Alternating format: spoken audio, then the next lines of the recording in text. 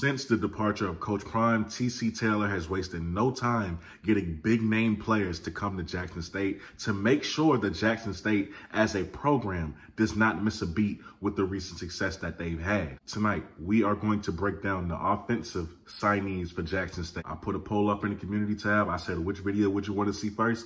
Offense or defense? The majority of you voted offense. Here we go. Cue the intro.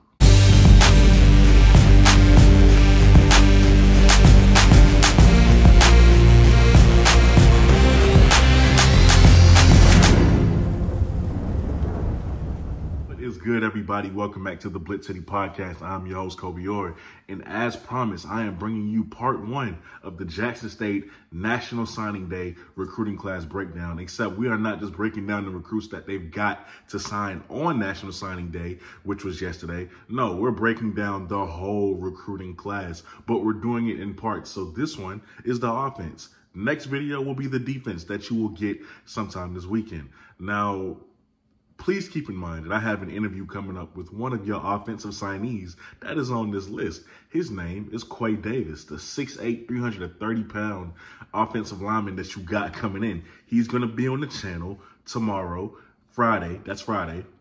6 p.m. Eastern time. Make sure y'all be there. Go like the stream because the stream is already up. And for those of you who haven't seen it on the community tab, go like the stream because it's going down. So make sure y'all don't meet me there, beat me there. All right, but let's get into the video. Okay, so the first guy I want to get started with on the offensive side of the ball is Antonio Gayton, a guy who we talked about just a couple days prior. Antonio Gayton, at 5'10", 160 pounds, comes from Pearl River Community College, and this man is an absolute speed demon. What do you mean by that, Kobe? I mean, he runs a 4.3 officially on the clock. He runs a 4.340 on the clock. At receiver, he is going to be able to stretch that field for Jason Brown, Zy McDonald, Phillip Short, whoever wins the QB battle for Jackson State. He's going to stretch the field. He's a great big play guy, okay? Vertical speed, forget about it. You're not going to catch him. If he gets a clean release off the line, it's over with. Not only that, but because of his speed and his versatility, he can contribute kick return, punt return, but that's to be expected. Overall, Antonio Gayton is a big-time playmaker who I believe is going to come in and be a big-time playmaker for Jackson State early on in the season. So can't wait to see what Antonio Gayton does for Jackson State. That is a big-time playmaker that you guys have signed. After Antonio Gayton, though, you have Ahmad Miller. Now, if that last name sounds familiar, it should, because he is the little brother of Aubrey Miller, who is in the Senior Bowl going off, by the way. Shout out to Aubrey Miller. But yes, this is Aubrey Miller's younger brother, Ahmad Miller, who has signed with Jackson State. He is a 6', 200-pound running back. And listen, he runs with the full head of steam. He wasn't highly recruited coming out of high school, but this kid has a lot. TC Taylor and Coach O don't offer kids who they don't think have a shot at contributing for the team. They do everything strategically. So if they offered him, it means they see something that the other schools didn't. This kid runs with a full head of steam. He's deceptively shifty when watching his highlights. That's something I noticed about him right away. If he gets a full head of steam and you make contact with him, he's going to pick up a couple extra yards as he's going down. Man, he just runs super hard. He has really good toughness. I mean, Aubrey Miller is your brother. We all expect that toughness to be on another level as a freshman. And on top of that, what's really going to set him out, because please understand, he's not going to get snaps over Sivion Wilkinson. He's not going to get snaps over Irv Mulligan. He's not going to get snaps over Seven McGee at running back. But when it is his time to step on the field, what is going to set him apart from every other running back on that roster is the fact that this kid is probably already the best at catching out of the backfield. Him running routes out of the backfield, it's unreal. I mean, you could probably line this kid up at receiver and let him run routes and catch passes. He showed off his ability at the Jackson State campus, as a matter of fact, in his last year in high school. So we'll see what he do when it's his time to step on the field. So look out for Ahmad Miller. After Ahmad Miller, we got arguably your biggest get of this recruiting offseason, Seven McGee.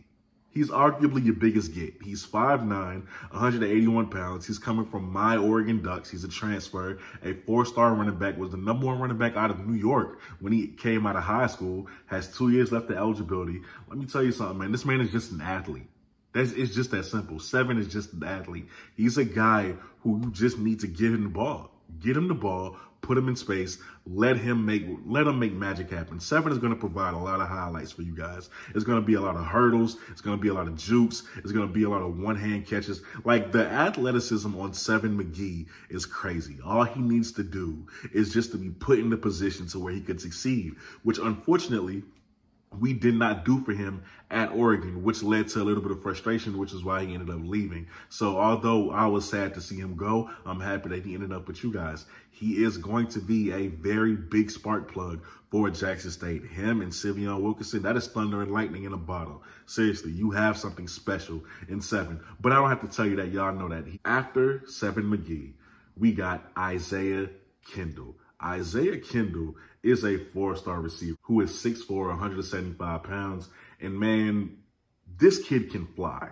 At 6'4", he should not be able to run that fast. You don't see kids who are 6'4" running that fast, but Isaiah Kendall just does it, okay? He has a very long wingspan, which helps him out tremendously. Even though he doesn't have the muscle mass just yet, that 6'4" and that long wingspan, oh my God, it helps him tremendously. So he seems to really excel in quick screens, which is what you don't see a lot from a lot of receivers.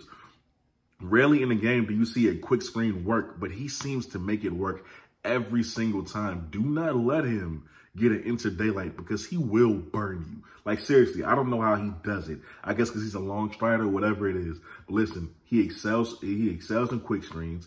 His jump balls really aren't a problem. Again, he's 6'4" with a huge wingspan. It's really not that hard for him, especially when he jumps. And he has really good ball tracking skills. And then after him, you got another Isaiah at receiver, Isaiah Spencer, coming from Madison Central, who is also a beast at 6'2", 185 pounds. This man, again, long wingspan, very good speed.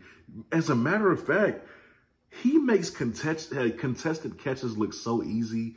It's insane. This kid makes contested catches look like it's nothing, like he's wide open catching the ball. On top of that, man, he's really special after the catch. What do I mean? He reminds me of Deebo Samuel after catching the pass, like what he was at South Carolina.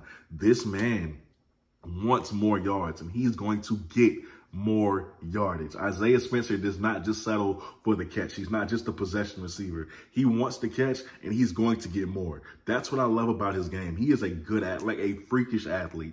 He's great at basketball, won a state championship with Madison Central in football. He's just a dynamic athlete. And when he touches the field, which I feel like would be sooner than a lot of these other guys, you'll see what's up with him. After Isaiah Spencer, you have Irv Mulligan, 5'10", 210 pounds, a transfer running back from Wofford University right here in South Carolina. Now, the thing about Irv Mulligan literally lives like 30 minutes from me. This man isn't from Beaufort, South Carolina.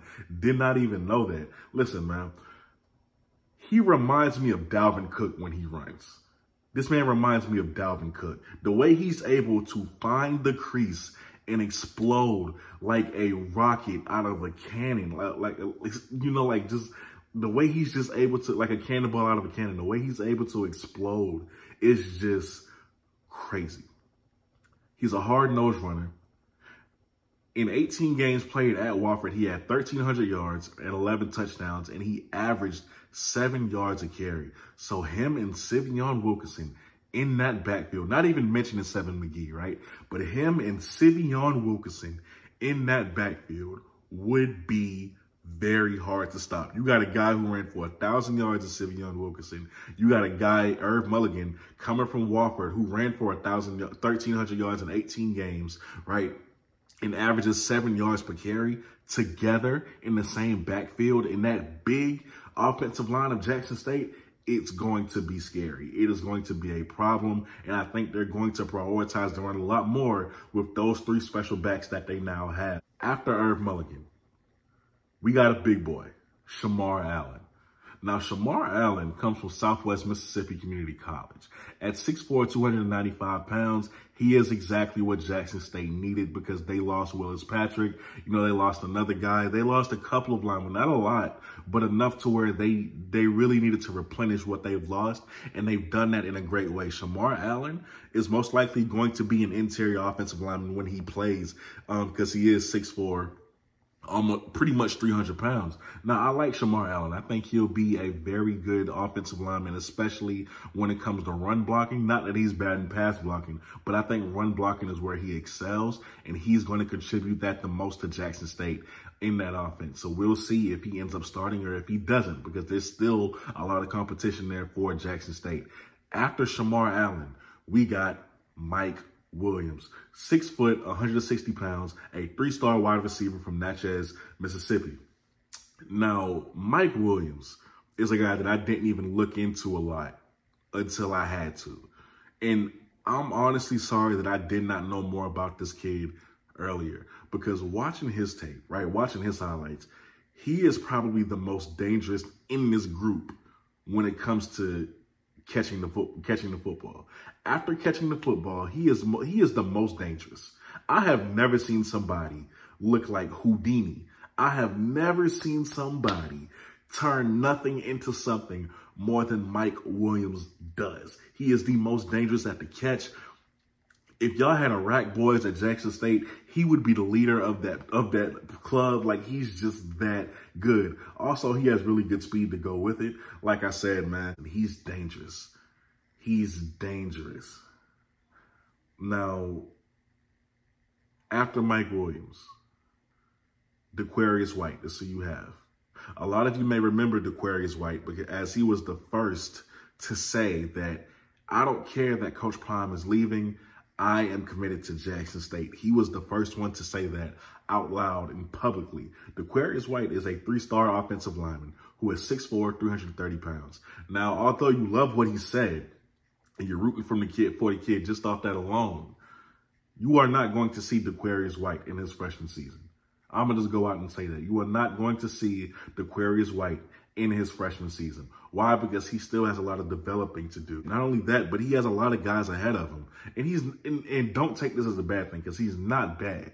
Clearly. No, TC, Coach O will not offer anybody who's bad. DeQuarius White has loads of potential, and it needs to be developed. So you're not going to see him in his freshman year, but you will see him. And when you do, you are going to see a more refined, a more toned up guy at the offensive line position, and he's going to show you what he's made of. It's just not going to happen now. This is something that's going to pay off later on in his college career, not anytime soon. But keep your eye out for DeQuarius White.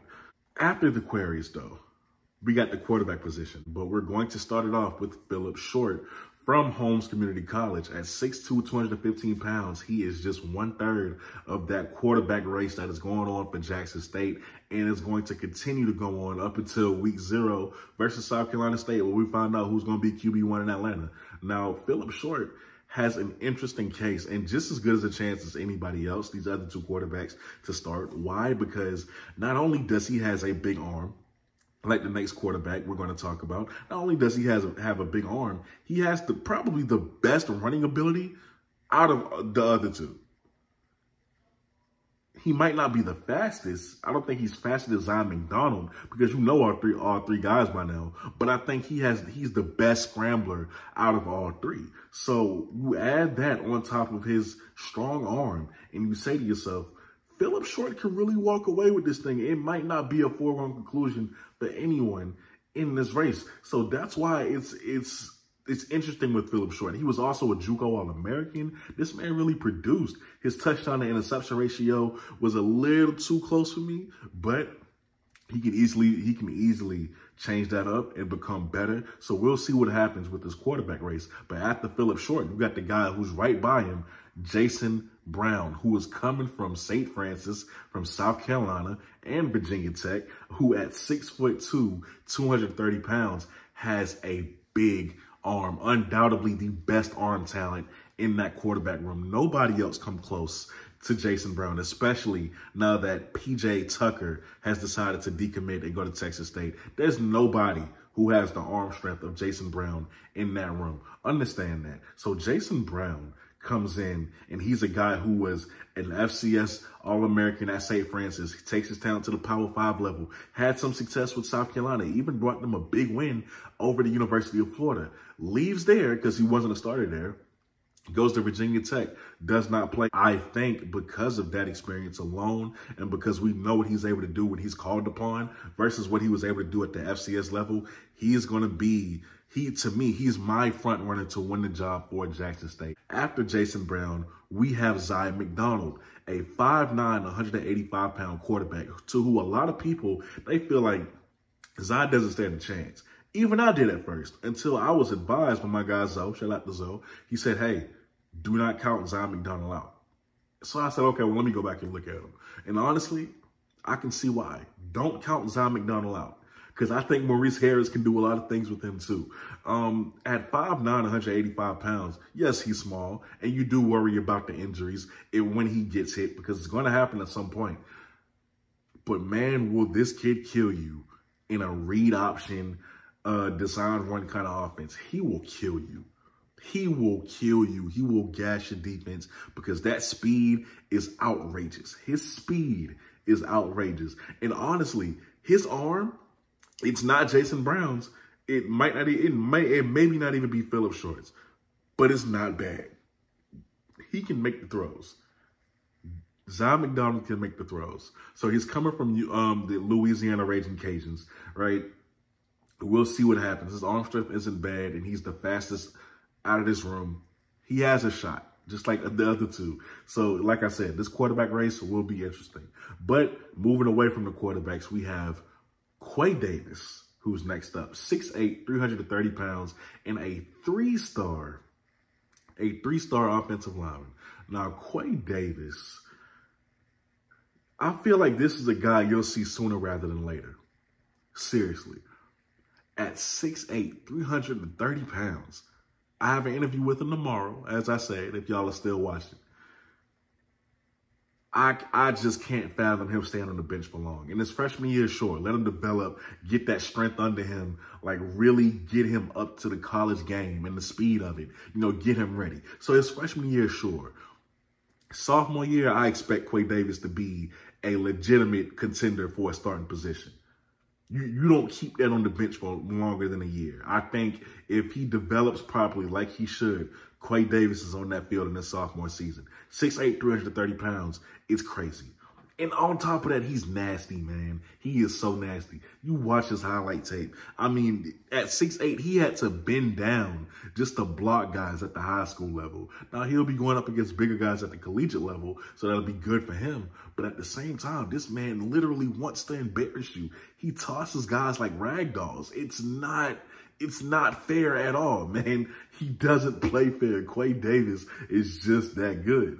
And last but not least, although I really do feel like I'm missing somebody, so if I am, let me know down below in the comment section, because I really do feel like I'm missing somebody. Cameron James, the offensive lineman, 6'8", 305 pounds, transferred from Power 5 Minnesota, and now he's at Jackson State. This guy is expected to provide immediate relief for Jackson State. Honestly, I don't see why he wouldn't be on the field next season. That's going to conclude the offensive side of the signees for Jackson State on the 2023 National Signing Day recruiting class. Guys, thank you so much if you have made it to the end of this very long video. I really do appreciate it. Do not forget tomorrow, Quay Davis, 6 p.m. You don't want to miss it. It's going down. He's coming on the channel. We're going to talk football. We're going to talk about him. We're going to get to know your new offensive lineman who is 6'8", 330 pounds. Humongous. After that, 8:30, I got another show, FBS Fridays. If you love FBS football, come talk FBS football with me, the Blue Bloods, and my guy, Clay McCarter. We going in, man. It's going to be a back-to-back thing on Friday night. I'm going to be a little tired, but I'm going to still be in there because I love talking football with y'all. So, with that being said, you are watching the BlitzCity Podcast. I'm your host, Kobe Orr. Look out for part 2, the defensive signees, sometime this weekend. I'm out. Peace.